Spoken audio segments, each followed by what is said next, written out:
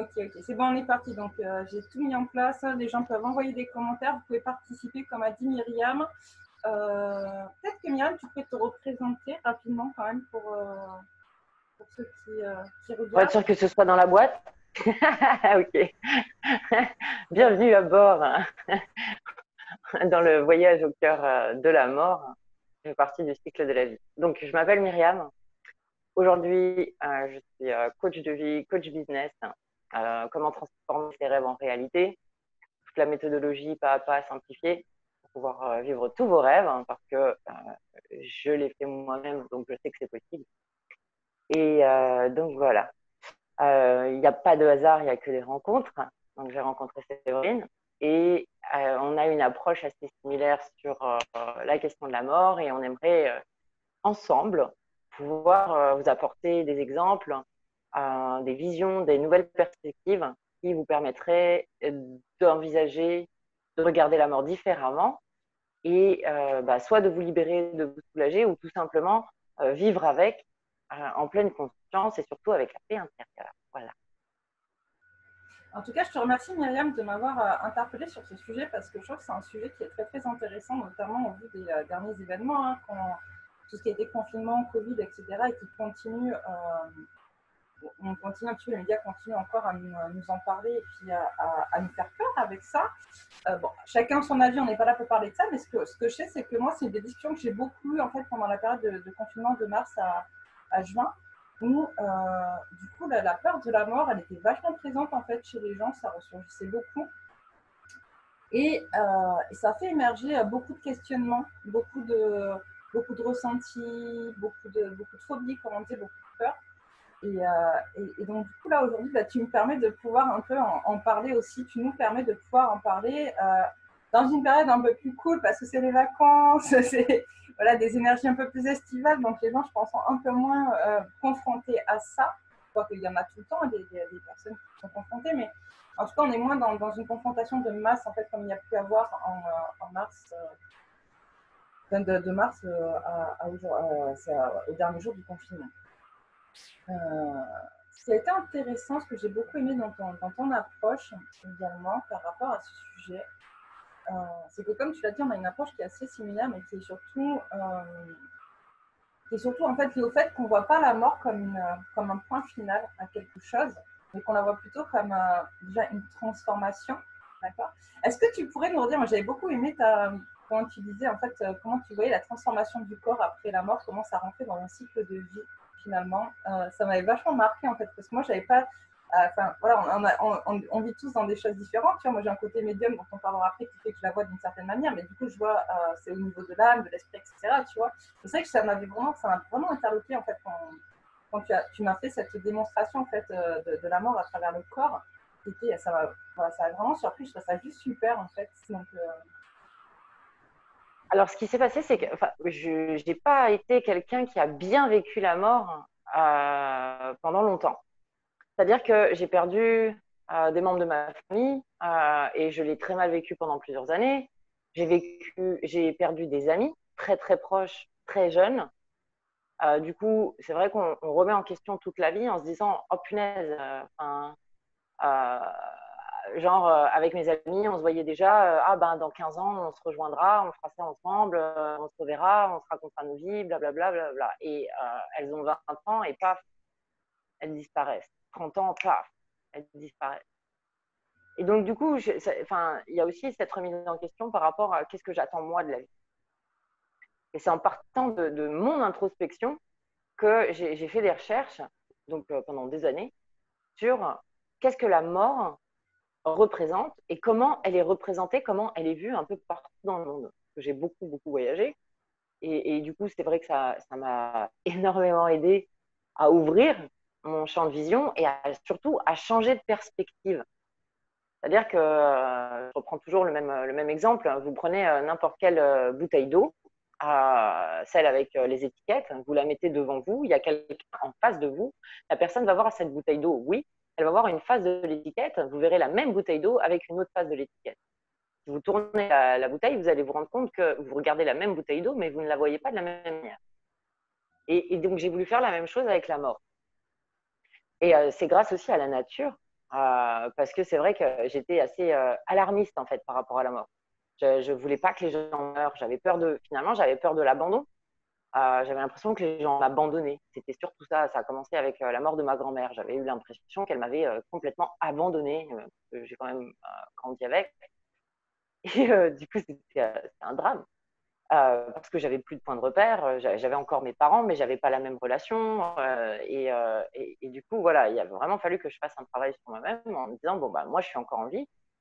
Qu'est-ce que je vais en faire de cette vie? Donc, il y a aussi, OK. Donc, le titre, c'est La mort et si elle nourrissait la vie? Mais je pourrais rajouter, et si elle nourrissait les rêves aussi? Et c'est vraiment, tu te dis, OK, je ne sais pas quand est-ce que je vais mourir, soit d'un accident, soit d'une maladie, soit, enfin bref, les hypothèses vont à l'infini. Et je me dis, mais comment j'ai envie de mourir? Et un jour, j'ai vu Mère Teresa à la télé. Alors, on lui a posé une question et j'ai trouvé sa réponse vraiment géniale. On lui a posé la question, est-ce que vous avez peur de la mort? Et sa réponse était, non, j'ai pas peur de la mort, j'ai peur de souffrir au moment de la mort. La mort en elle-même, je suis en paix avec, mais j'ai peur de souffrir au moment de la mort. Donc, son vœu, c'était la seule chose que je demande, puisque bon, elle était quand même catholique, croyante, etc. Son vœu, c'était j'espère que je m'endormirai avec le sourire et je ne me réveillerai pas quand ce sera mon moment. Et c'était tout. Voilà. Et quelques années plus tard, elle décède et il est écrit noir sur blanc. Alors, je n'étais pas à son chevet, donc je ne peux pas vous dire vraiment. Mais il est écrit noir sur blanc que Mère Teresa s'était endormie et ne s'était pas réveillée. Donc, ça a été aussi mon premier déclic en disant waouh, tu peux même faire un vœu. Genre, comment tu veux mourir? Donc, il y a une part de ok, quand on essaye de transformer ses rêves en réalité, il y a une part de visualisation. Donc, si ton rêve, c'est de mourir en paix, oui, tu peux le visualiser et éviter vraiment de souffrir. Et je vais vous dire à quel point c'est important, parce que un jour, j'ai eu un accident sur un bateau. J'ai fait une chute de plus de 3 mètres. Donc, étant donné là où j'étais postée sur le bateau, étant donné la chute, je suis tombée sur le pont et il y avait là où vous attachez les amarres, en français, je ne sais pas, cleat en anglais. Je crois que je sais pas en français en fait. Je le connais en anglais, je ne sais pas en français, désolé. Et c'était assez énorme parce que c'est un gros bateau. Je suis tombée en arrière et j'étais inconsciente. Je me suis réveillée, j'avais ce truc juste derrière la tête. Mais je me souviens qu'au moment de la chute, j'ai pris conscience de la gravité en fait de la chute. Et je me suis souvenue de ce que Mère Teresa avait dit et je me suis dit, si jamais c'est mon heure de mourir maintenant, je veux mourir en paix et ne pas souffrir. Et donc, j'ai fermé les yeux et je suis tombée dans l'inconscience très rapidement, vraiment en une fraction de seconde. Et après, donc, dans ce moment d'inconscience, je n'ai aucune idée de combien de temps ça a duré, parce que j'avais personne autour de moi. Et je me souviens très bien que à un moment donné, donc j'avais les yeux fermés, mais je voyais une très grande lumière. Et je me suis dit, je ne sais pas si ce que c'est cette lumière.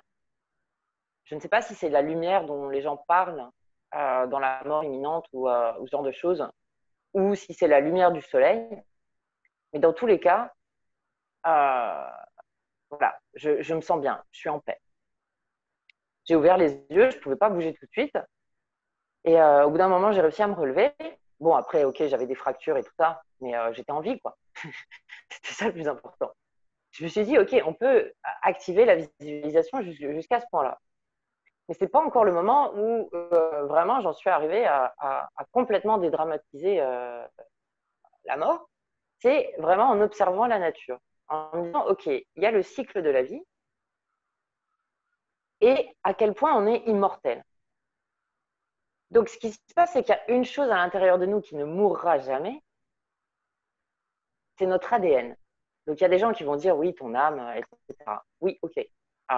Mais ça, ce n'est pas encore au stade où toutes les personnes peuvent l'accepter.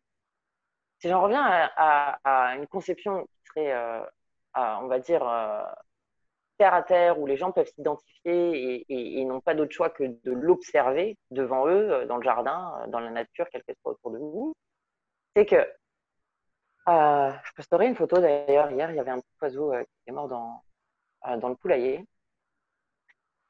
On prend ce petit oiseau qui est mort hier dans le poulailler, et si je l'avais laissé dans le poulailler, il y aurait eu des fourmis, des insectes qui seraient venus le manger. Il y aurait une partie qui serait tombée en décomposition. Et dans cette décomposition, ça aurait nourri la terre en tant qu'engrais. Donc, une autre partie pour les oiseaux. Et une autre partie, après, c'est à vous de juger comment vous voulez l'appeler. C'est l'âme, c'est Ce qui est important, c'est que de toutes les manières, l'ADN de cet oiseau se sera retrouvé dans le corps et dans le sang des insectes ou de rapaces.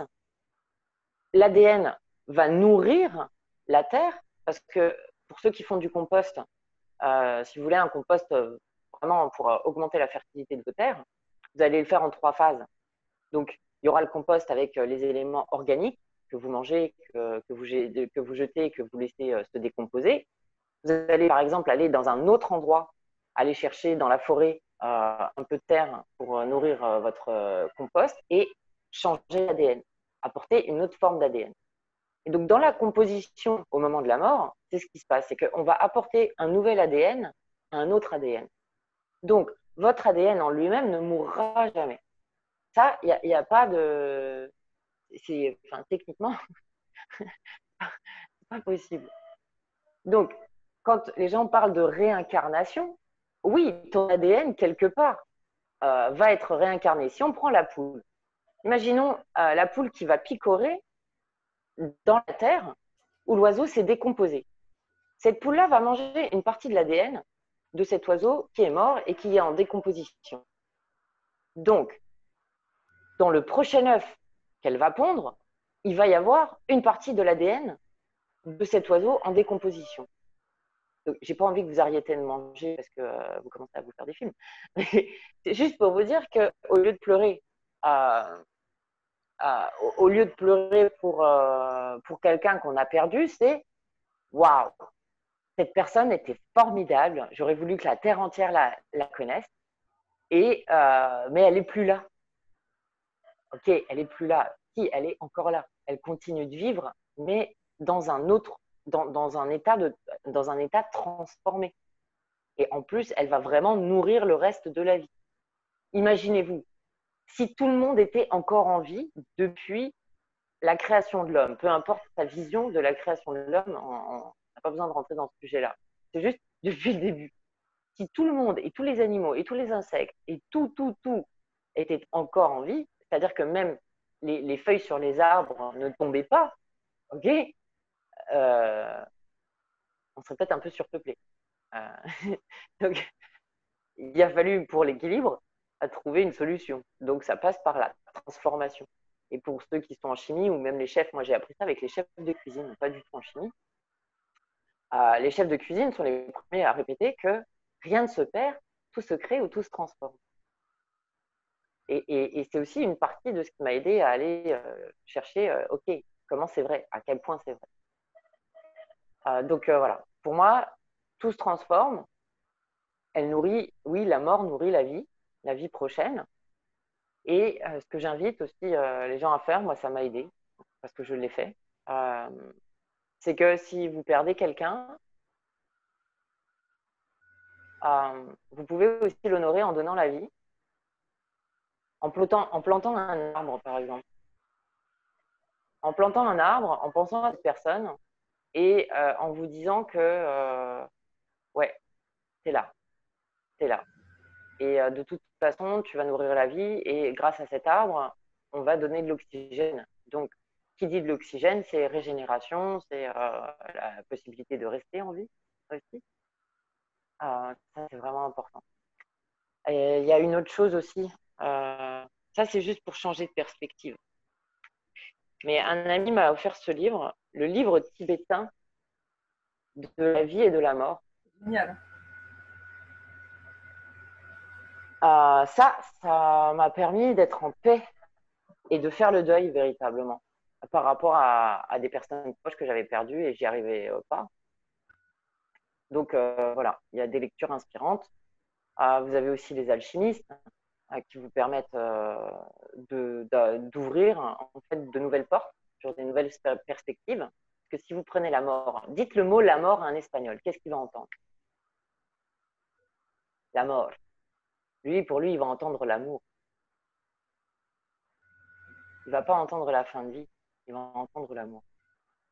Donc si on prend la racine latine de, euh, de, la mort en français, hein, et que juste tu le coupes, au lieu de faire deux mots, tu fais deux mots mais différemment, et ça fait amour, ça fait amour.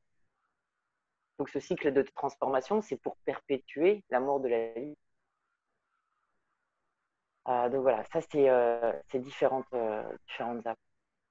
Mais moi, ce qui m'a intéressé dans nos conversations, c'était aussi, par exemple, dans ton expérience en tant qu'ambulancière, je voulais que tu partages vraiment des moments où des personnes t'ont donné aussi leur propre vision de la mort et qui t'ont vraiment touché.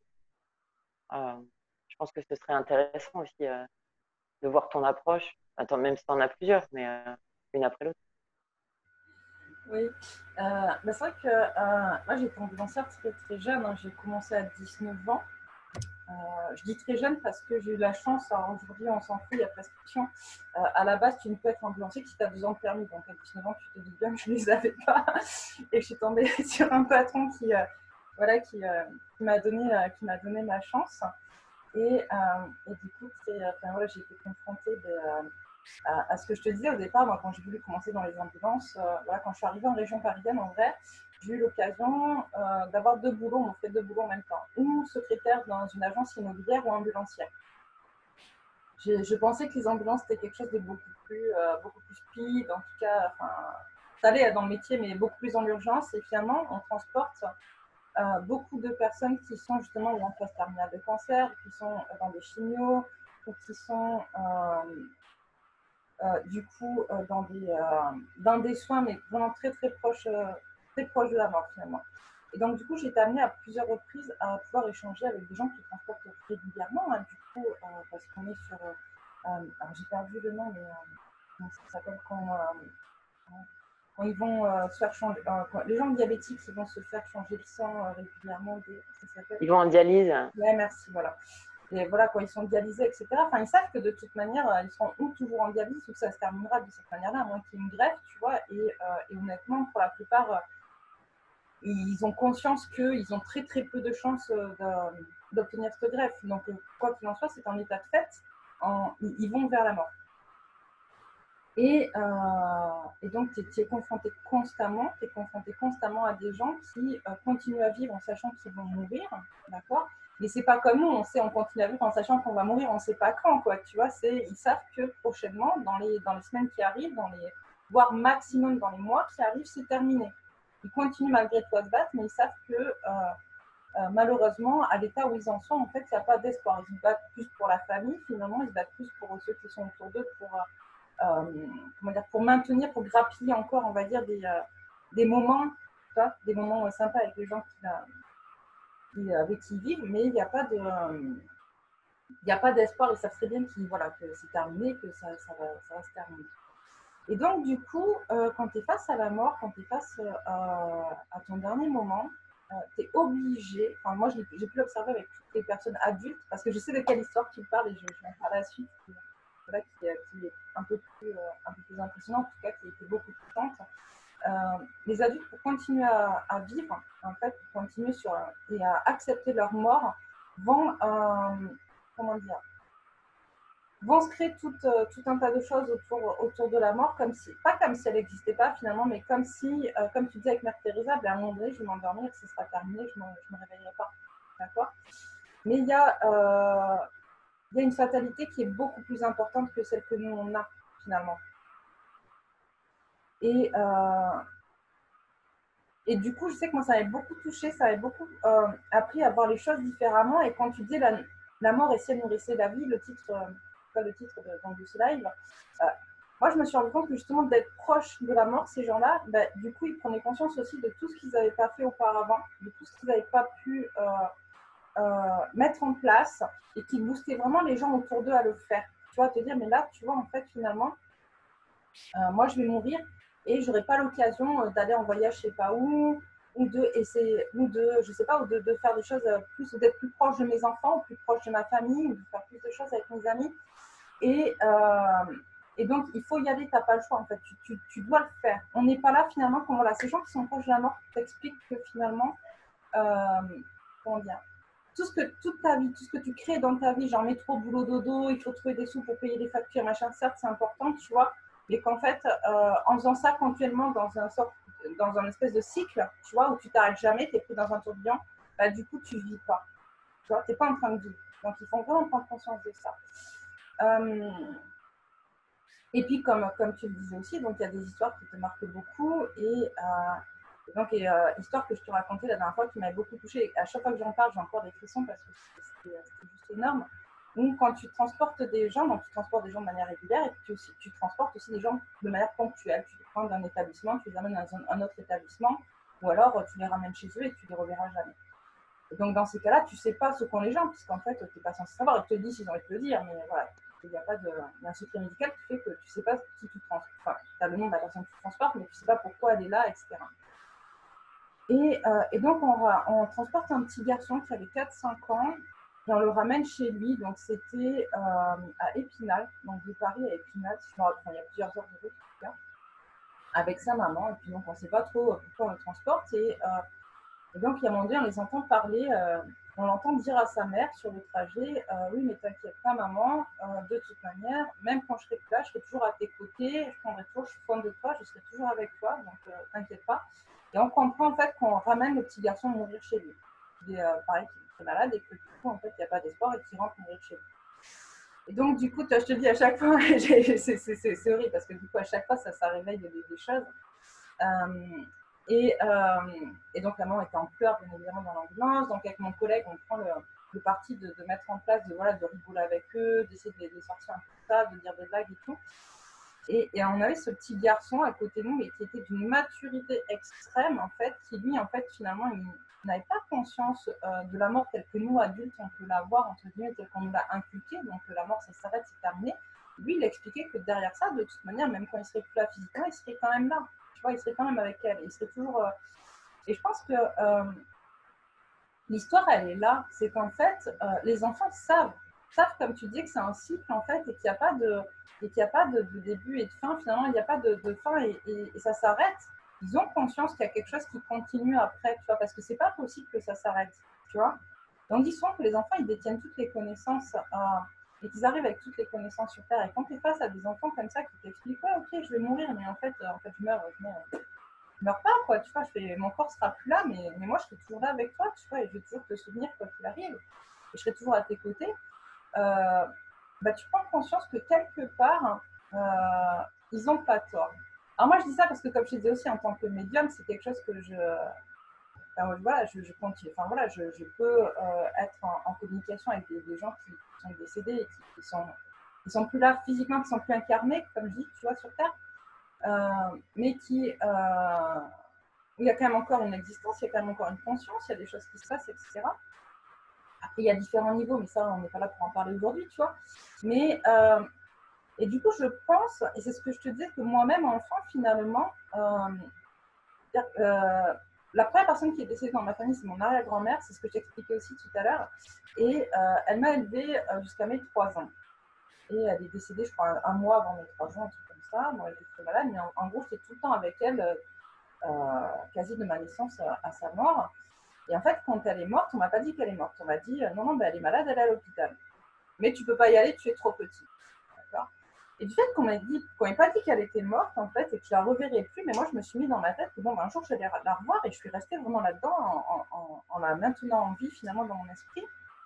Et c'est quand j'ai eu 7 ans que j'ai appris complètement elle était morte en me disant mais moi je suis grande maintenant, donc je peux aller la voir à l'hôpital. Et tout le monde avait pensé que j'aurais oublié cette histoire-là parce que j'étais petite et qu'en général, bon, bah, quand tu grandis, tu as tendance à oublier les souvenirs ou tu n'es pas forcément, pas dans une continuité avec les gens, quoi, tu vois, c'est quand même très différent. Et, euh, et du coup, quand on m'a dit que non, je la reverrai plus parce qu'elle était morte, pour moi, c'était impossible. Tu vois, de la même manière que quand on me disait, je me rappelle une fois avoir visité un cimetière avec mes grands-parents et mon cousin, et je demande à mon cousin, mais c'est quoi, on est où, quoi, tu vois, je vais avoir, je sais pas, 7-8 ans, tu vois, on est où, on fait quoi là? Et mon cousin me dit, bah, c'est là qu'on met les gens quand ils sont trop vieux, tu vois. Et donc, dans ma tête, je me suis imaginé qu'il y avait une vie souterraine, en fait, tu vois. Je me suis pas imaginé on mettait des corps dans des cercueils, c'est terminé. Je me suis imaginé qu'il y avait une vie souterraine où il y avait des vieux. Donc, c'était impossible pour moi d'imaginer. J'ai jamais pu entendre. Enfin, je pense que même quand on a essayé de me dire, j'ai jamais pu entendre. J'ai toujours su que ça ne se terminait pas, qu'il n'y avait pas, c'était pas parce que ton corps incarné avait fini son travail. Hein, et c'est un peu ça aussi, il était périmé finalement, tu vois. C'est un peu. Voilà. Hein, et qu'il n'y avait pas quelque chose après, qu'il n'y avait pas quelque chose qui continuait. Comme je t'ai dit également, j'ai senti mon arrière-grand-père mourir quand j'avais 14 ans. Voilà, où j'ai senti me dire, mais voilà, c'est terminé, en gros, je quitte mon corps physique. Euh, et, euh, et donc, je sais qu'il y a quelque chose qui continue et que finalement, la, notre vie terrestre, notre incarnation, ce n'est qu'une expérience, soit une expérience de notre âme qui vient, qui s'incarne, qui se réincarne, qui tente des choses, qui essaye d'avancer et d'évoluer. Et donc, ça nourrit aussi la vie dans le sens où, à chaque fois, finalement, c'est comme dans notre vie, dans notre vie, on fait prendre d'expérience, d'accord? On prend des leçons, on fait des erreurs, on avance, on rétablit, on tombe, on se relève, etc. Tu vois? Ben là, c'est pareil, chaque incarnation, finalement, vient nourrir la vie dans le sens où elle tire des leçons de ses vies précédentes, elle tire des leçons de ses expériences dans ses vies précédentes, elle revient tester autre chose, elle revient mettre en place d'autres choses, et c'est ce qui fait qu'on se retrouve avec une humanité qui avance en fait et qui prend de plus en plus aussi conscience de ce qui se passe autour d'elle, tu vois. Il y a pas de, pour moi, il n'y a pas de. La mort, elle nourrit vraiment la vie à tous les niveaux. Elle a nourri au niveau physique, terrestre, comme tu as pu si bien le décrire.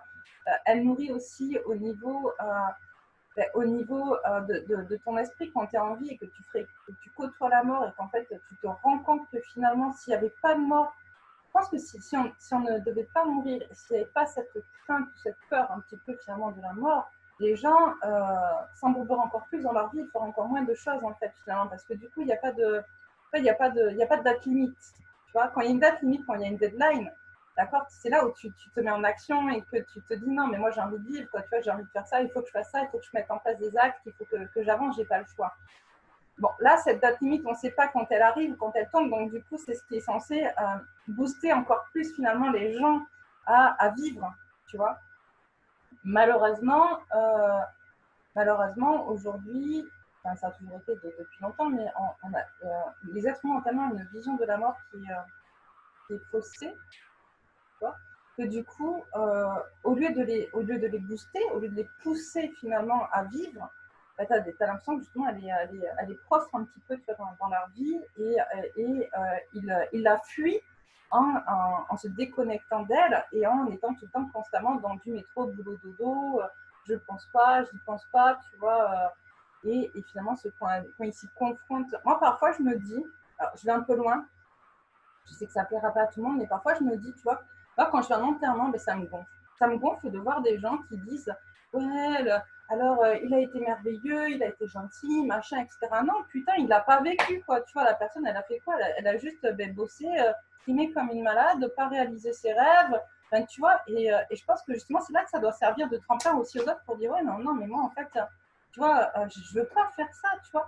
Et nous, on est tous, en fait, de manière très hypocrite, à dire oui, ce qu'il a fait de bien. Donc, c'est bien ce qu'il a fait de bien, tu vois, et c'est beau que ce soit reconnu. Mais le problème, c'est que la plupart des personnes, je suis désolée, quand elles arrivent à leur mort et quand on les enterre, il y a quelque chose de tout ce qu'ils n'ont surtout pas vécu, en fait, tout ce qu'ils n'ont surtout pas fait, tout ce qu'ils n'ont surtout pas mis en place. Et, et justement aussi pour fuir un petit peu cette mort-là, parce que finalement, tu as l'impression que plus tu vis, plus tu mets en place des choses et plus tu te rapproches de la mort, tu vois. C'est après, je sais que voilà, les gens, c'est un sujet qui peut être très violent aussi pour eux, et que mais je pense qu'il faut qu'il y ait un réel réveil à ce niveau-là. Tu vois. Alors, il y a plusieurs choses. Tout à l'heure, J'aimais bien parce que bon, tu parlais de la notion de l'âme. Et une autre manière de lire la mort, c'est l'âme or. Ouais. Comme les alchimistes en général utilisent beaucoup ça. Et ils disent aussi trépasser. Trépasser pour mourir. Et c'est passé par trois passages. Euh, donc voilà, mais ça, on pourra faire une autre, une autre émission sur le sujet. Et l'autre chose aussi, c'est j'ai rencontré énormément de personnes qui ont guéri de maladies graves, notamment des cancers. Et le point commun entre ces personnes qui ne se connaissent pas, de cultures différentes, c'est que qu'est-ce que le cancer a fait? Déjà, si on reprend aussi la maladie, le mal a dit, qu'est-ce que le mal t'a dit? Pourquoi tu es malade?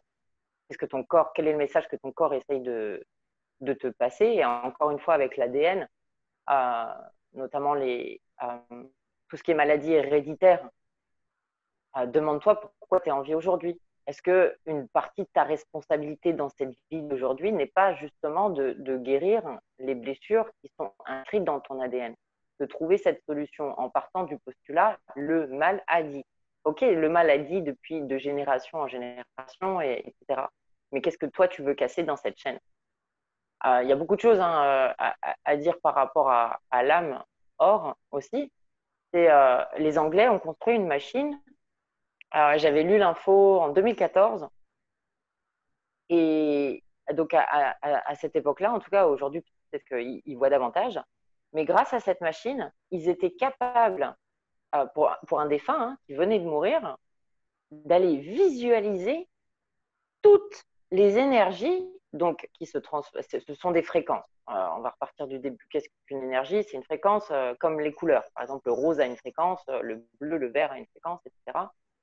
Donc, quand on vous parle d'aura, quand on vous parle Voilà, les enfants, dès la naissance, peuvent voir les couleurs de notre aura. Nous, on ne peut plus voir à l'âge adulte, mais il y a des gens qui ont gardé ce don ou qui ont appris à le cultiver. Donc, ils sont capables de voir les différentes couleurs autour de vous. Et cette machine-là, ce qu'elle a réussi à faire, c'est que justement, elle voyait toutes les couleurs de fréquences qui émanaient du corps. Et pendant 3 semaines, cette énergie-là, cette fréquence-là de vie, okay, cette transformation, donc effectivement, elle s'élève du corps et elle commence à partir en flottaison. Et c'était seulement au bout de 3 semaines qu'il y avait une espèce de dissipation et donc que cette énergie-là partait se diffuser ailleurs. Donc entre 2014 et aujourd'hui, je ne sais pas, je ferai d'autres recherches et je pourrais faire une petite publication sur le sujet. Mais c'est pour dire que la science a prouvé que oui, il y a quelque chose qu'on l'appelle âme, qu'on l'appelle aura, qu'on l'appelle énergie, qu'on l'appelle fréquence. On peut lui donner tous les noms qu'on veut, ou on peut le laisser sans nom aussi. C'est juste accepter que oui, il y a cette chaleur corporelle qui génère donc une énergie, une fréquence, et qui va s'élever, qui va rester. Et je sais que tout à l'heure, quand on discutait, tu me disais que comme on t'avait pas dit que ton arrière-grand-mère était décédée, tu m'as dit que du coup, par la pensée, tu continuais à communiquer avec elle. Ce qui est très intéressant avec ça, c'est que pour toi, de toutes les manières, à 3 ans ou à 4 ans, ou peu importe, tu t'es déjà dit, il y a d'autres manières de communiquer. Parce que je suis désolée, on n'avait pas le téléphone portable à cette époque. Je suis même pas sûre qu'il y avait le téléphone dans les chambres d'hôpital. Donc, à aucun moment, tu as pu te dire, ouais, on va passer un coup de fil, ça va aller, on va faire un Skype ou une vidéo. Donc, tu t'es dit, OK, mais grâce comment dire, à cette innocence que tu as eue dans le fait que tu ne saches pas qu'elle était décédée, tu as activé cette capacité à pouvoir communiquer avec son âme ou son aura ou peu importe. Donc, tu t'es entraîné depuis l'âge de 3 ans, quelque part, à pouvoir communiquer avec une âme en dehors, sans même le savoir. Donc, après, est-ce que c'est ça qui a fait que tu as pu, dès le départ, avoir ces dons de médiumnité et les cultiver et t'en servir aujourd'hui? Tu vois, ça, je peux pas le savoir, mais est-ce que ton expérience dit que oui, l'innocence aussi, la méconnaissance. Et il faut pas oublier juste une chose que j'ai peur d'oublier après, c'est que dans beaucoup de pays, c'est la fête. Nous, on a tout le monde qui pleure autour de la tombe, là. C'est une question de culture. Euh, mais dans certaines cultures, on célèbre la mort. Dans certaines cultures, notamment une partie des bouddhistes, pas tous, mais une partie des bouddhistes vont laisser même le corps à l'état nature pour que justement il fasse partie de ce cycle. On le laisse dans le cycle. Mais on va juste dire, voilà, la personne, elle passe dans un état de transformation. Et comme tu disais aussi, j'ai adoré ta façon de le dire. On va parler de tout ce que la personne a fait de bien. Ouais, ok. Mais tu as rajouté, ok, mais c'est quoi la liste de tout ce qu'elle n'a pas fait, qu'elle aurait adoré faire et qu'elle n'a pas osé? Parce qu'elle pensait soit qu'elle avait le temps, ou alors elle était dans le schéma de ah ben les rêves c'est pour les autres. Qu'est-ce que, en voyant tes proches partir, qu'est-ce que ça réveille à l'intérieur de toi? T'as pas ce truc, ce déclic en disant et si le paradis c'était ici, plutôt que d'essayer de savoir, d'avoir une vie paisible, sans faire de mal aux autres, bla et bla et bla, dans l'espoir d'aller au paradis. Non, et si le paradis c'était maintenant, qu'est-ce que tu ferais? Qu'est-ce que tu ferais de ta vie? Est-ce que tu te mettrais à vivre tes rêves finalement? Parce que tu n'as pas envie de te réincarner ou tu n'as pas envie d'être dans un état de transformation où finalement, quand tu disais aussi tout à l'heure, où je l'ai lu, on a sa vie qui défile le jour enfin, quand on meurt. Et tu as envie de l'avoir défilé comment? De quelle couleur tu veux l'avoir défilé ta vie? Donc c'est aussi prendre ses responsabilités par rapport au fait qu'on ait la chance d'être en vie. Moi, je sais que tout à l'heure, quand on parlait, tu disais, Mère Teresa, elle disait, j'ai pas peur de la mort, j'ai peur de souffrir. Hein. Moi, je me rappelle, j'ai jamais eu peur de la mort. Par contre, j'avais peur de vieillir. J'avais peur de vieillir parce que je me disais, à un moment donné, quand tu es trop âgé, entre guillemets, tu vois, tu n'as plus les mêmes capacités physiques, tu n'as plus les mêmes. Tu peux plus faire ce que tu voulais faire. Ton corps, il te sert. Je pense qu'en fait, ben, ton corps, d'accord, ton corps physique, avec ton ADN, justement, il faut profiter d'être jeune pour faire un maximum de choses, tu vois. Et à un moment donné où il ne peut plus, justement, faire tout ce que tu as envie de faire, c'est transmettre, du coup, tout ce que tu as appris, des expériences que tu as pu faire avec ton corps, tu vois. Et moi, je me rappelle, voilà, j'avais vraiment peur de vieillir parce que je me disais, mais si je vieillis, mais je ne pourrais plus rien faire. Tu vois, il y a un moment donné, tu peux plus, je sais pas, bon, je cours pas, hein, personnellement, je suis pas sportive, mais tu peux plus aller courir si tu as envie d'aller courir, ou tu peux plus aller. Moi, j'aime beaucoup faire, par exemple, des via ferrata, tu vois. Tu vois, je suis pas sportive, mais c'est quand même assez physique, les via ferrata. Alors, je sais qu'à un certain âge, enfin, tu vois, quand tu as 80 piges, tu peux plus le faire, quoi, tu vois. Mais faut que tu expliques, je pense que c'est. Pardon. Est-ce que tu peux expliquer ce que c'est? Une via ferrata. Ouais, la via ferrata, en fait, c'est entre l'acrobranche et l'escalade, en fait. Tu vois, ça se situe en moyenne montagne ou en montagne. Et en fait, c'est des parcours un peu comme en acrobranche, mais en milieu naturel. Et en fait, logiquement, alors maintenant, ils en font des payantes sous forme un peu d'accompagnement, machin, etc. Mais à la base, c'est à des endroits, en fait, c'est gratuit. C'est l'office du tourisme du lieu qui s'en occupe. Et en fait, tu as tout un parcours où tu es accroché avec un baudrier et un filin, en fait, si tu veux, mais tu es en montagne, en fait, tu vois, et tu passes par-dessus des rochers. Ça peut être descendre dans des gravités, dans des cavités, puis remonter le long d'une paroi. Ça peut être faire tout le flanc de la montagne comme ça, en mode escalade. Et puis au milieu, ben, tu as des éléments un peu comme dans les acrobranches, tu vois, des ponts de singes ou des machins, des plateformes à traverser pour passer ben, d'une paroi à une autre, des choses comme ça, tu vois. Et c'est hyper sympa. Moi, je trouve ça mieux que l'acrobranche parce que du coup, c'est vraiment un milieu naturel. Et c'est moins difficile que l'escalade parce que du coup, tu as quand même vachement d'appui dans les cavités. Enfin, ils mettent quand même des trucs que tu peux t'accrocher, quoi, tu vois. Voilà, donc c'est entre les deux. Mais il en reste, après, tu as différents niveaux de difficulté aussi, tu vois. Mais c'est voilà, c'est un moment où tu te sens vachement libre parce que du coup, moi j'ai fait j'ai fait une via ferrata, je me rappelle, tu as 500 mètres de vide en dessous de toi, quoi, tu vois, tu fais attention de ne pas voir le sol. Tu sais que tu es accroché, tu risques rien, mais quand même. Tu es quand même là aussi maître parce que c'est comme en acrobranche, tu es quand même maître de ta vie dans le sens où tu es censé, tu as deux filins pour t'accrocher et si tu les accroches pas, tu as quand même des risques en fait. Tu vois, ou si tu accroches mal, machin, voilà. Donc il y a un côté un peu quand même, comment dire, d'adrénaline là-dedans, tu vois. Mais bref, voilà. Toi, par exemple, ce genre de truc, ou même d'autres choses, je sais pas, par exemple, conduire. Il y a un moment donné, tu peux plus vraiment conduire, quoi. Tu vois, moi, je vois, j'ai ma grand-mère, j'adore ma grand-mère. Hein, je sais qu'elle n'a pas fait de boucle, on ne regarde pas, mais je sais que j'ai d'autres personnes qui pourront peut-être te raconter ce que je suis en train de raconter sur elle, qui a 84 ans et qui, je trouve qu'il y a j'étais encore en région parisienne, donc il y a 4 ans de ça, m'appelle et me dit oh là là, bah, très drôle et tout, tu sais quoi, l'autre jour, j'ai loupé la rocade et en fait, je me suis infiltrée sur la mauvaise voie, quoi, tu vois. Et elle, ça la faisait rire. Elle me disait, bon, après, je me disais, c'est pas grave, il y a un terre-plein au milieu, mais j'avais passé par-dessus. Je fais, t'as une Clio, mamie, t'as pas un 4x4, tu aurais fait quoi? Ben, tu vois, je pense qu'à un moment donné, il faut arrêter, tout le monde n'est plus en capacité de conduire. Voilà, tu vois.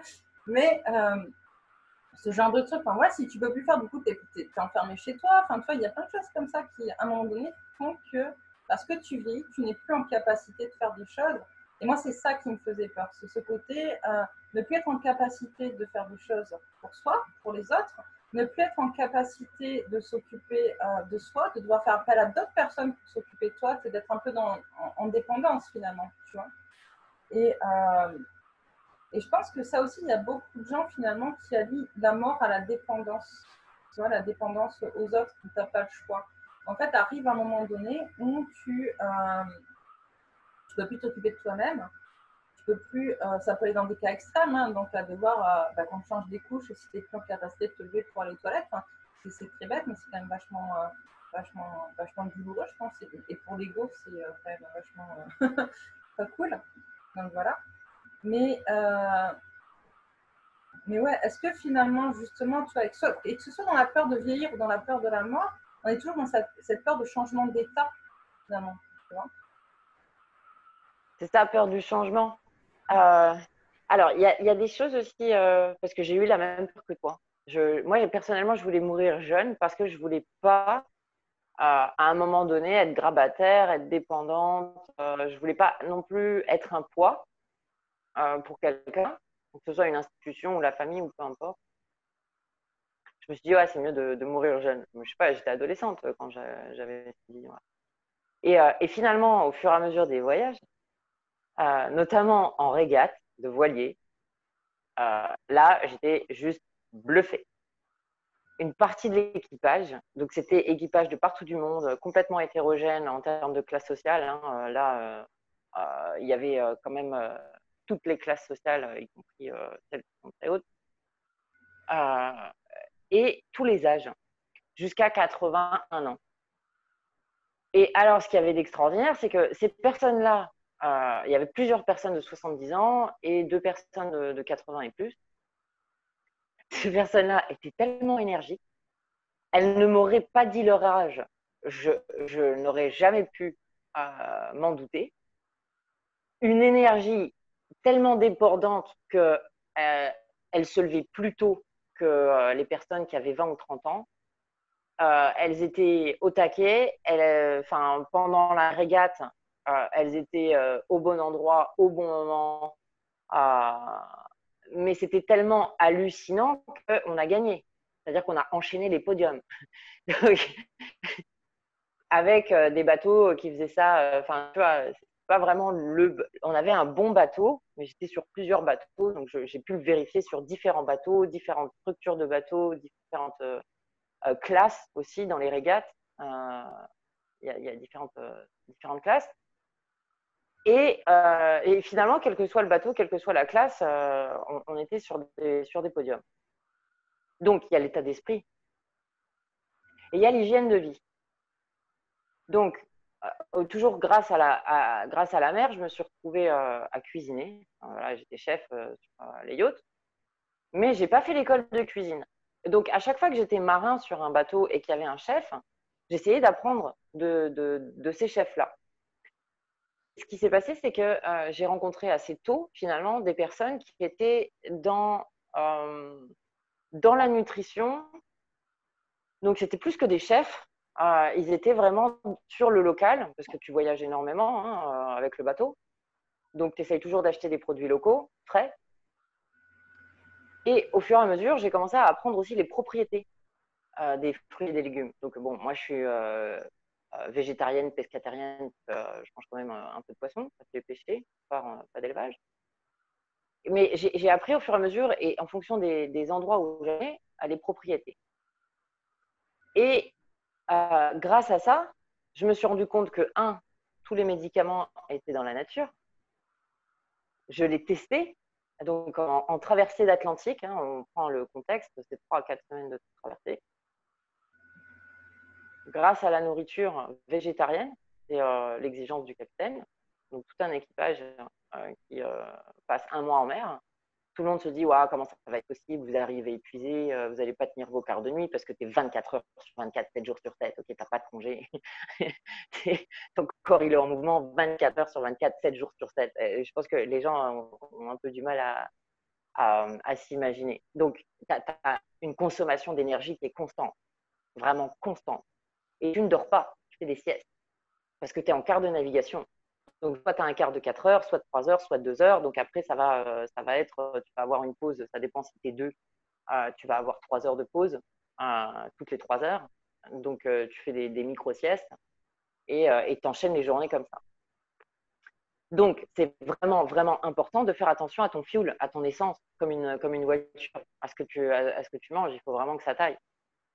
Et ce qui s'est passé, c'est qu'à chaque fois après une traversée, l'équipage est en meilleure forme qu'avant de partir. Et ces personnes-là, donc il y avait 70 ans et plus, je leur ai posé la même question. Elles ne se connaissaient pas, hein. Ce n'est pas forcément des personnes qui étaient toutes sur le même bateau, sur des bateaux différents. Mais finalement, le contexte, mon observation était la même. Je leur ai dit, mais comment vous faites? Comment vous faites pour avoir autant d'énergie, pour être autant en forme, pour faire de la régate? Ton bateau en régate, il est comme ça, après il est comme ça, et après il jive, et après, on est dans des conditions parfois extrêmes quand même. Tu vois, pas la croisière, tu vois, sur un bateau, tu as 5000 personnes, on parle d'une régate. Et ils m'ont tous répondu la même chose. Premièrement, fais en sorte de vivre heureux toute ta vie, parce que sinon, tu vas acidifier ton pH du corps, tes pensées, etc. Et donc, tu vas te retrouver avec de l'arthrose, de l'arthrite, des cancers, et tu vas commencer à développer tout un tas de maladies, le maladie. Donc, vivre heureux, quelle que soit la manière que représente le fait de pouvoir vivre heureux et accepter que ça change, parce que tu parlais du changement, c'est accepter le changement. Ne pas regarder la mort comme une fin, mais plus, ok, qu'est-ce que je vais faire à partir de maintenant pour que, peu importe ce qui se passe après, ou si quelque chose se passe après, que dans cette vie-là, j'ai vécu vraiment le maximum que j'avais à vivre. C'est des personnes qui ne pensent pas à la mort. Et la chose extrêmement importante, et vous pouvez faire autant de recherches que vous voulez, si vous voulez des liens, franchement, mettez un commentaire, tapez juste nutrition pour que je sache de quoi vous voulez parler. Grâce à la nutrition du corps et de l'esprit, vous allez régénérer vos cellules. C'est-à-dire que vous ralentissez le vieillissement de l'ensemble de vos cellules. Ça passe aussi par vivre heureux, il n'y a pas que la bouffe. Mais ce que fait la bouffe, c'est que ça déjà, comment dire, vous régénérez les cellules, mais vous régénérez aussi la nature des pensées. Parce que si tout ce que vous mangez, ça va dans le sang va dans le cerveau, et le cerveau, du coup, c'est là où vous ruminez toute la journée. On a, je sais pas, 70 000, 80 000 pensées à la journée. Enfin, ça fait beaucoup. Donc, si vous les nourrissez avec de l'acide, déjà parce que vous mangez, forcément, vos pensées, il y a une partie de vos pensées qui va devenir acide, non pas parce que vous l'avez décidé, mais parce que vous l'avez mangé. Donc, c'est aussi prendre la responsabilité par rapport à sa vie d'aujourd'hui. C'est arrêter d'avoir peur de la mort, prenez juste la responsabilité d'être en vie et d'avoir la chance d'être en vie. Et de pouvoir régénérer vos cellules. Il y a énormément de personnes, et c'est pour ça que je dis, il y a plein de liens. Vous pouvez faire plein de recherches sur Internet, sur YouTube, comment régénérer ses cellules. Il y a même des formations sur le sujet. Donc, c'est tout à fait possible. Et ce que tu dis, Donc, nourrissez cette vie. Dis-moi. Ce que tu dis, c'est très intéressant parce qu'à l'inverse, il y a des recherches qui ont été faites. En fait, alors là, c'est un peu macabre ce que je veux dire comme sujet, mais justement dans les cimetières, des corps qui se décomposent beaucoup moins vite. Et en fait, ils se sont rendus compte qu'on a tellement bouffé de colorants, de trucs chimiques en fait, pour garder la nourriture plus longtemps, etc., des conservateurs, etc. En fait, aujourd'hui, ils se retrouvent avec des problèmes dans les cimetières où les corps ne se décomposent plus, en fait, tu vois, ou se décomposent beaucoup moins vite. Et du coup, comment dire, de la même manière, en ne prenant pas en compte en fait, cette responsabilité qu'on a de prendre soin de notre corps, et du coup, que notre corps doit aussi servir à nourrir la vie derrière, comme tu as dit, d'un point de vue ADN. Moi, je sais qu'il y a 52, en 2015, donc il y a 5 ans de ça, j'ai assisté à un enterrement et donc j'étais avec mes parents et je dis à mes parents sortant d'enterrement, je fais moi je ferais bien le jour où je meurs. Alors déjà c'est le truc qui tes parents te regardent, mais comment ça le jour où tu meurs, on va mourir avant toi, tu vois. Non mais comme ça moi tout le monde est au courant. Et en fait je venais d'apprendre, je trouve ça super intéressant. Bon, apparemment depuis il y a des problèmes, mais en tout cas je trouve ça, l'idée est super. Au Canada, ils ont développé de quoi en fait tu peux mettre ton corps dans une espèce d'œuf biodégradable qui relie un arbre. Et donc du coup en se décomposant, ton corps nourrit l'arbre, tu vois. Et je trouvais ça juste génial, tu vois. Sauf que de la manière, si on mange n'importe quoi, tu vois, la manière dont on va aller nourrir le sol et la terre, c'est pas forcément non plus bon pour la suite, pour les autres qui seront après nous. Et je voulais rebondir aussi sur ce que tu disais quand tu disais quand j'étais jeune, j'aurais voulu mourir jeune. Moi, je sais que j'ai souvent dit, alors, vrai ou pas, je ne sais pas si j'irai, parce qu'entre-temps, j'ai un peu changé ma réflexion là-dessus, mais j'ai toujours, moi, en gros, il est hors de question que je sois dépendante, et le jour où je ne serai pas en capacité de m'occuper de moi-même, je ne mettrai pas à mes jours. Et on m'a conseillé de lire un livre, alors j'ai plus le titre, j'arrive pas à le retrouver, c'est une horreur, mais je ne sais pas si ça parle à certains d'entre vous, j'aimerais bien récupérer le titre. C'est une histoire vraie, c'est une journaliste qui parle de l'histoire de sa mère. Et en fait, sa mère a été une grande combattante des droits des femmes en France. En fait, elle s'est battue depuis toute jeune pour le droit des femmes en France. Et pareil, elle avait toujours entendu dire sa mère, le jour où je serai plus en capacité de m'occuper de moi, ben, je ne mettrai pas à mes jours. Et elle raconte dans ce livre en fait que un jour sa mère arrive à un repas de famille et dit bon, mais écoutez, moi dans 3 mois, hein, écoutez, c'est fini, je vous laisse là. Moi là, j'arrive plus à m'occuper de moi, donc je vais arrêter là, le temps de mettre mes affaires en place et puis ben, je ne mettrai pas à mes jours. Donc ils restent tous hyper choqués de ça, en disant mais c'est pas possible, tu peux pas nous faire ça. Et du coup, elle ne s'est pas suicidée 3 mois après. Elle a laissé un peu plus de temps couler. Et en fait, elle a passé plusieurs mois à permettre à ses enfants de faire son deuil avant sa mort physique, en fait. Et du coup, le jour où elle s'est suicidée, et finalement, les enfants avaient déjà fait le deuil, avaient compris ce qu'il en était. Et du coup, c'était mis en perspective avec certaines tribus. Je sais que les Inuits font ça, et qu'il y a d'autres tribus aussi en Amazonie qui le font. Où quand les gens sont trop âgés et qui commencent à devenir un poids pour la société, en fait, ben, où ils partent mourir sur la banquise, où ils partent mourir dans la forêt. Et du coup, leur corps nourrit aussi du coup, les animaux de la banquise ou les animaux de la forêt. Tu vois, ils donnent en fait finalement leur corps à la nature, à la vie, tu vois, dans ce cercle en fait de transformation. Et c'est beau, tu vois, sauf que nous aujourd'hui, on serait incapable d'accepter ça. Tu vois, on ne serait pas en capacité de dire bon allez, je vais aller mourir dans la forêt à côté, puis je vais me faire bouffer. Alors, je ne sais pas qu'est-ce qu'il y a en France pour nous bouffer d'ailleurs, mais mais voilà quoi, tu vois. C'est participer à ce cycle-là. C'est plus naturel, tu vois. Tu vois, ça me fait penser aussi. Là, ces derniers jours, j'ai un ami, il a perdu son fils de 19 ans. Alors, ce qui s'est passé, c'est que c'était dans un accident de voiture, mais il n'est pas mort sur le coup. Il s'est retrouvé en soins intensifs pendant plus d'une semaine, donc aux États-Unis.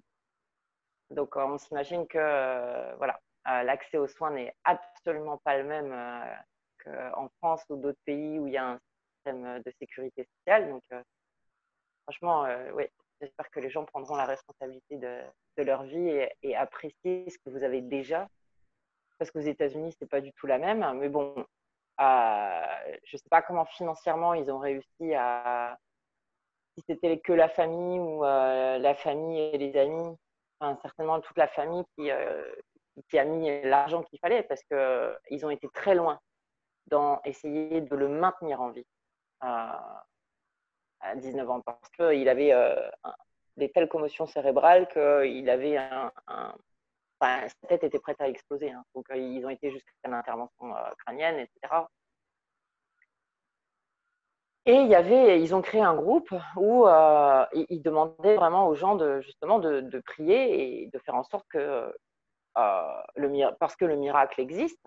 Donc dans ce groupe, il y a des personnes qui ont survécu au même type d'accident, au même type de soins, au même type d'opération. Et tu le voyais, hein, de toute façon, ils étaient déformés, etc. Et qui ont dit oui, le miracle a marché avec moi. Donc tout le monde était là en train d'essayer de prier pour que le miracle arrive. Et finalement, après la dernière intervention, il s'est passé une journée sans qu'on ait une nouvelle. Et le lendemain, il a posté en disant que son fils avait repris vie. Et en fait, ce qu'ils ont fait, c'est qu'ils ont réussi à faire le deuil, tu dis, avec ce temps où ils ont forcé finalement la vie quelque part. Mais ça leur a permis aussi de prendre cette semaine-là pour déjà faire le deuil. Et du coup, il est devenu donneur d'organes. Et donc, ils ont été capables dans la publication de dire, ah ben voilà, notre fils, il a son foie là, il a ses reins là, il a son cœur là. Et donc, voilà, c'est aussi une manière de nourrir d'autres vies. Mais voilà, et moi j'ai beaucoup de pensées, vraiment, toutes mes sincères condoléances à tous mes amis, toutes mes amies qui ont perdu quelqu'un en ce moment, parce qu'il y en a beaucoup. Le deuil n'est pas forcément quelque chose d'évident, et c'est aussi pour ça qu'il y a cette émission. Donc voilà, si jamais vous voulez être inspiré, si jamais vous voulez en parler, n'hésitez pas à me contacter. Je le ferai avec plaisir. J'enverrai même des liens ou des petits livres. Et voilà, je suis avec vous. C'est juste ça. C'est juste pour que je pense à tout le monde. Bon, c'est ça, c'est important. C'est important de faire le deuil, c'est important, même si moi, par exemple, je suis pas forcée, enfin, je suis pas croyante dans une religion, quoi. Je ne suis pas une religion en particulier. Et pour autant, pour avoir assisté, par exemple, à des enterrements où il n'y a pas justement, ils ne sont pas accompagnés par une messe ou par quelque chose de religieux autour. Je trouve ça, mais c'est tellement mal organisé que je trouve ça t'as l'impression justement que la personne, elle n'a pas compté. Finalement, c'est des instants de. Parce que nous, en France, bon, ben, on a beaucoup d'églises, donc du coup, ces instants, ils vont faire des messes dans les églises pour les enterrements. S'il n'y avait pas ça, je pense que les gens ne pourraient pas passer à autre chose. Tu vois, et les enterrements civils que j'ai pu faire, finalement, où en gros, tu as deux bonhommes en noir, en costard cravate, c'est un peu la Man in Black, tu vois, en plus, quoi, tu vois, c'est vachement c'est un peu bizarre. Qui te disent, bon, bah, vous avez quelque chose à dire sur la personne, puis la personne qui ose parce que ça n'a pas été préparé, parce que, bah non, bon, bah, ok, c'est bon, allez hop, on fout ça dans le caveau, et puis c'est terminé. Malgré tout, ça manque en fait de quelque chose, tu vois. Ça manque de. Et je pense que ça a été. Les enterrements civils que j'ai pu faire ont laissé un goût d'amertume finalement après, tu vois, après l'enterrement. Alors que quand tu fais des enterrements religieux, finalement, il y a quand même quelque chose où quand tu ressors de là, tu te sens apaisé malgré tout. Tu vois, comme si tu avais libéré un poids. Alors, c'est important ce que tu dis et je voudrais que tu me dises comment tu pourrais changer ta perspective par rapport à ça. Parce que tout au début, tu parlais très justement du Covid, du Corona, ou peu importe comment les gens le connaissent, qui s'est passé et ça n'a pas été forcément communiqué. Et j'en parle parce que j'ai quelqu'un de proche qui a perdu son père. et qui n'a pas pu faire le deuil parce qu'elle n'était pas dans la même région. Et pour des mesures de sécurité, n'a pas été autorisée à rejoindre son père. Il lui-même était médecin dans un hôpital. Hein. Mais il est mort seul chez lui, tu vois, avec, alors je ne sais pas si c'est lui en soins intensifs, mais en tout cas, sa famille, ses 2 enfants et ses petits-enfants n'ont pas été autorisés à aller enterrer le corps de leur père. Du coup, il n'y a pas eu il n'y a pas eu, comment dire, cet événement provoqué, créé par l'homme, par la société ou par la religion, en disant voilà, t'as été honoré. Et j'ai trouvé ça dur de ne pas laisser les gens prendre leurs responsabilités par rapport au fait qu'ils ne puissent pas aller à un enterrement et juste en disant bon bah voilà, tu décides de faire ça, mais après tu pars en quarantaine. T'amuses pas à reprendre ta vie d'après, pourquoi contaminer les autres? Tu vois, on peut toujours essayer de trouver des solutions. D'un autre côté, c'est quelle peut être l'autre approche, comment faire le deuil quand tu ne peux pas enterrer. Et je pense aussi, par exemple, à toutes les femmes qui avortent. Elles ne peuvent pas enterrer. Donc, même si elles sont confrontées à la mort, à une mort interne, comment elles font pour passer à autre chose? Tu vois, comment elles font pour accepter finalement que oui, ça fait partie, il y a des décisions à prendre. Ça peut être pour des raisons différentes, mais Alors je travaille beaucoup par protocole énergétique en fait. En fait, je pense qu'à un moment donné, il faut se détacher un peu de la partie matérielle. C'est-à-dire que, quel que soit le sujet, le corps, il n'est pas là. Là, on parle de personnes qui sont décédées, qui ont été enterrées, on ne fera pas les grands enterrés. C'est pas possible. Par contre, je veux dire, quand on fait un enterrement, quand on participe à un enterrement, je veux dire, on enterre une boîte. Pour beaucoup d'entre nous, d'accord, certains vont aller voir le cercueil plein, mais il y en a beaucoup qui vont finalement voir le cercueil une fois qu'il est fermé et qui n'ont pas forcément, qui savent qu'il y a quelque chose à l'intérieur, qu'il y a un corps à l'intérieur, mais finalement, en vrai, si tu n'es pas allé voir, tu ne sais pas si, donc tu ne te rattaches pas au corps matériel de la personne, mais à l'image que tu en avais de lui et que tu mets dans cette boîte-là. Et donc moi, pour ça, je travaille beaucoup par protocole énergétique.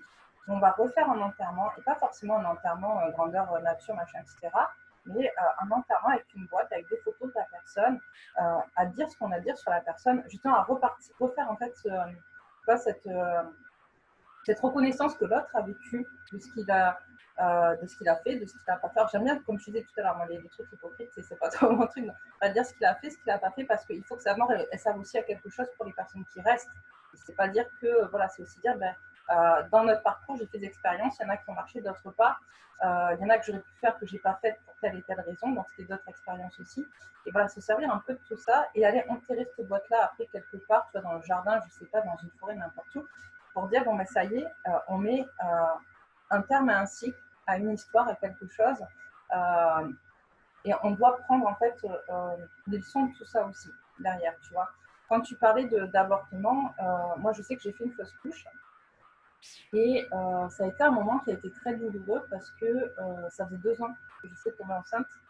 Donc forcément, ça a été très difficile pour moi.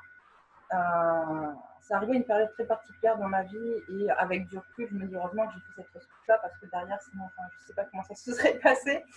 Mais du coup, je m'étais tellement accrochée à l'âme de ce bébé, si tu veux, que du coup, cette âme, elle est restée avec moi pendant plusieurs années. Okay, et c'est justement en travaillant ça avec un autre thérapeute, okay, parce que moi, je n'avais pas forcément pris conscience de ça, en fait. Je sentais qu'il y avait quelque chose autour de moi, mais je n'étais pas encore aussi évoluée dans ma médiumnité. Tu vois, donc, je ne savais pas trop ce qui se passait. Et c'est un autre thérapeute qui me dit, mais toi, tu as fait une fausse couche, tu as perdu un bébé. Et je lui dis, bah oui, quand tu regardes, comment il se... tu vois. Et du coup, on a travaillé avec lui, justement, sur accompagner cette âme à repartir de là où elle est, de là où elle venait.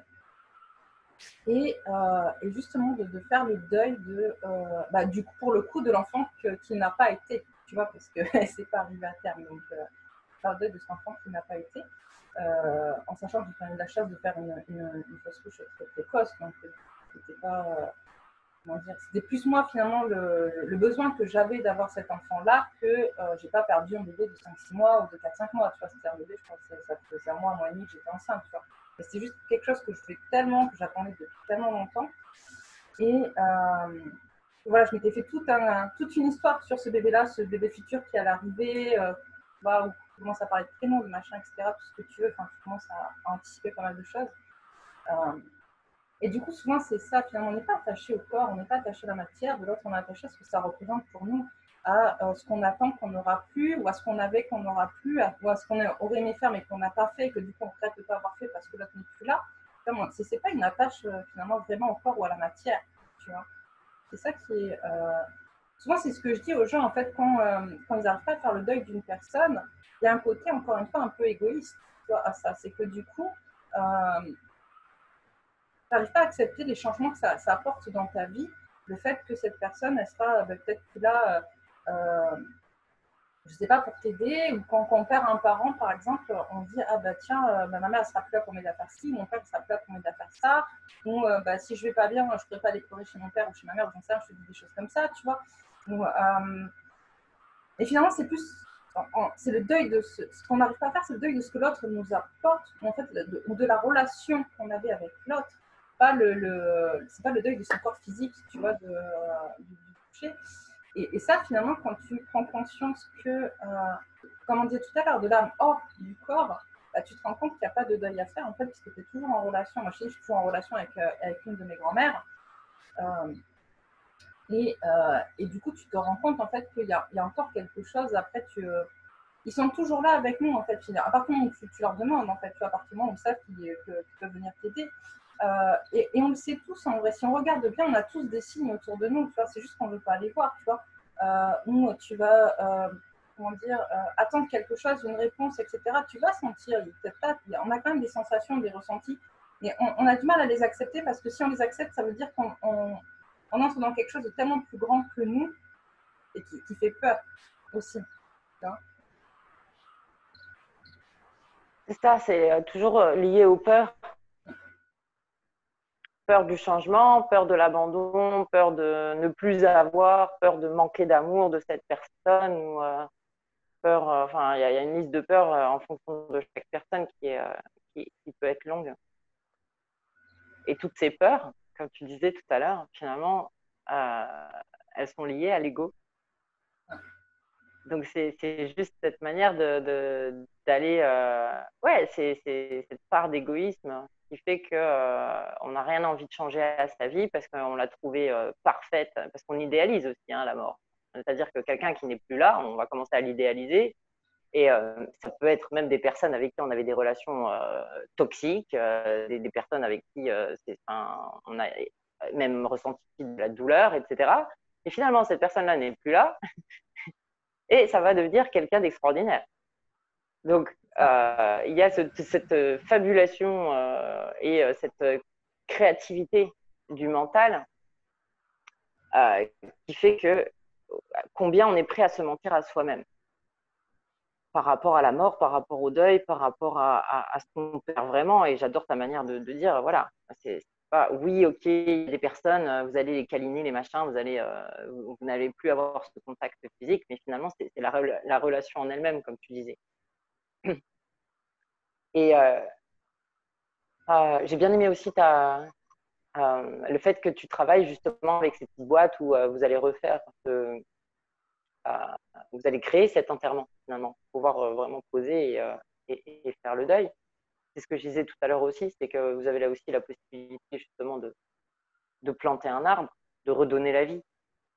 Juste, voilà, accélérer ce cycle. Et faites vos prières et vous avez cette façon d'aller travailler la terre, donc déjà avec vos mains. L'avantage, c'est que la chose extraordinaire, c'est que quand vous allez mettre vos mains dans la terre, vous allez vous enraciner également, parce que imaginez, vos doigts, c'est comme si c'était des racines. Donc, allez travailler cette terre avec les mains, allez vous enraciner, allez enraciner l'amour que vous avez pour cette personne et qui perdurera et qui donnera vie et qui donnera ce quelque chose. Et l'autre chose, c'est que quand vous allez plonger vos mains dans la terre ou toucher la terre, il y a un extraordinaire, c'est que vous pouvez aussi vous détacher, vous libérer de toute la souffrance. Donc, vous allez en fait ordonner à votre cerveau de vous libérer de toute cette souffrance par rapport au deuil à faire et de la laisser dans la terre. Et ça, vous pouvez, souffrance, il y a le mot souffre. C'est extrêmement important pour les gens qui ont la main verte ou qui veulent découvrir un peu comment ça fonctionne. Il y a des arbres, quand par exemple c'est une mauvaise année, et ils vont pas donner de fruits ou par exemple les amandiers, vous allez vous rendre compte que ils vont pas grandir, ils vont pas donner de feuilles, ils vont pas donner de fruits. Et une des raisons pour laquelle ils ne donnent pas, c'est qu'ils manquent de soufre, ce que nous on appelle soufre. Donc on va rajouter du soufre à la terre pour que l'année d'après on soit sûr, ou la même année si on arrive à temps, pour que ça puisse donner des fruits. Donc quand vous plantez l'arbre, assurez-vous de vous décharger de toute votre souffrance, parce que c'est là aussi la part d'égoïsme. Vous gardez toute la souffrance en vous. Non, redonnez-la à la terre, parce que la terre en a besoin pour pouvoir nourrir l'arbre et donner des fruits. Donc voilà. Et comme je disais, le livre tibétain de la vie et de la mort, il y a aussi certains exercices que vous pouvez faire justement pour le deuil. C'est ça. On avait dit qu'on ferait un live pas trop long, finalement, ça fait quand même 1h15 qu'on y est. Comme d'hab, c'est difficile de s'arrêter quand on a plein de choses à dire. Et sur des sujets qui sont aussi vastes et aussi importants. Peut-être pourquoi pas refaire un partie 2 prochainement, d'ailleurs. Mais avec une seule thématique, s'il vous plaît, est-ce que dans les commentaires, il y aurait vraiment une thématique par rapport à la mort que vous voudriez qu'on aborde? Est-ce que c'est juste la peur de perdre quelqu'un? Est-ce que vous n'arrivez pas à faire le deuil et que vous voudriez en savoir plus? Enfin, n'importe quoi par rapport à ce sujet-là que vous voudriez qu'on aborde. Et du coup, ça nous permettrait de faire des plus courtes, mais par rapport à une seule thématique. Donc voilà. Et encore une fois, si vous avez des questions, on y répondra avec grand plaisir. L'appel est lancé. Donc, on a eu un commentaire de Samia Mekas qui dit « C'est fou comme les paroles des grands qui sont logiques pour eux sont comprises totalement différemment par les enfants. » On a Achouri Bouchen qui nous dit « Merci, c'est très intéressant. » Claire qui nous dit « L'âme hors de l'espace-temps est aussi l'âme en or, un vaste sujet. » Ok, on a Nicolas qui dit « Je visionnerai en différé. » Coucou Nicolas. Cédric qui nous envoie le bonjour. Et qui nous fait... Ah, salut Cédric. Et donc, il y a on est partout en fait, en vrai, donc j'ai des commentaires de partout. Enfin, des commentaires. Il y a Isis qui nous dit « L'innocence laisse place à l'intuition. » Et voilà. Donc, c'est très, très vrai. Parce que si on ne savait pas tout ce qu'on sait, si on réussit à se détacher du mental, on a beaucoup moins de douleur. Ça nous paraîtrait complètement normal. Il n'y avait pas autant de tralala autour et de conditionnement. Bah, c'est surtout le conditionnement, parce que comme tu le disais très justement, et je pense qu'on va peut-être s'arrêter sur ça après, c'est que dans ta différentes cultures, et suivant les cultures aussi, tu as des cultures qui le vivent de manière très... je vois par exemple au Mexique, tu as des... pour eux, la mort, c'est une fête en fait. Tu vois, c'est avec joie. Enfin, il y a beaucoup de choses autour de la mort qui sont faites. Justement, il y a beaucoup de médiums au Mexique, il y a beaucoup d'endroits où tu peux aller discuter avec tes morts. Tu as d'autres pays aussi. Moi, je suis assez choquée. Je ne sais plus où c'est. En même temps, il faut que ce soit des pays qui soient très secs quand même. Mais où ils déterrent les morts, en fait, tous les ans, ils les déterrent, ils les lavent, ils les rhabillent, ils passent la journée avec eux, la soirée avec eux, puis ils les renterrent le lendemain. Et on a même d'autres, je crois, j'ai vu ça, qui les momifient, ils vivent, ils restent avec eux dans les maisons, en fait. Et bon, c'est très particulier, mais c'est particulier pour nous parce qu'on n'est pas habitué à vivre ça. Et si on était à leur place, on trouverait ça complètement normal. Donc, comme quoi, c'est vraiment en fait notre éducation, c'est la manière dont on nous conditionne qui fait qu'on vit la mort avec tristesse, finalement. Tu vois, avec tristesse, avec douleur, avec souffrance. Alors que dans d'autres pays, elle est plutôt vue de manière plutôt joyeuse ou plutôt de manière très différente. Tu vois. En tout cas, merci vraiment beaucoup, Séverine. Merci, merci, merci. C'est encore une fois très passionnant. Mais merci à toi, c'est toi qui as inspiré ce sujet-là, donc merci à toi, c'était voilà, très très intéressant. Je pense que ça a intéressé pas mal de personnes, je vu qu'il y avait pas mal de personnes qui se connectaient sur le live. Ils le verront en replay. Et juste, ce serait quand même bien qu'on fasse un truc spécial, ta connexion avec une de tes grand-mères. C'est vraiment bien. Ça serait drôle, surtout que ma grand-mère à qui je suis en connexion, elle parle encore comme quand elle était là, et du coup elle est très, très, très clash, donc ça va. C'est comme ça. Donc voilà, voilà. Bon, bah écoutez, je vous embrasse tous. Je vous dis, demain, je vous retrouve pour le jeudi, c'est procrastination active avec Samia Mekas sur justement comment se reconstruire dans sa féminité après une maladie. Donc, c'est pas tout à fait le même thème, mais je pense que du coup, ça s'y rapporte un peu quand même, tu vois. Faire le deuil de certaines choses aussi, très certainement. Voilà, voilà. Donc, je vous embrasse et je vous dis à bientôt. Merci à toi, Myriam. Gros bisous, merci et vivez vos rêves. C'est le plus important dans cette vie.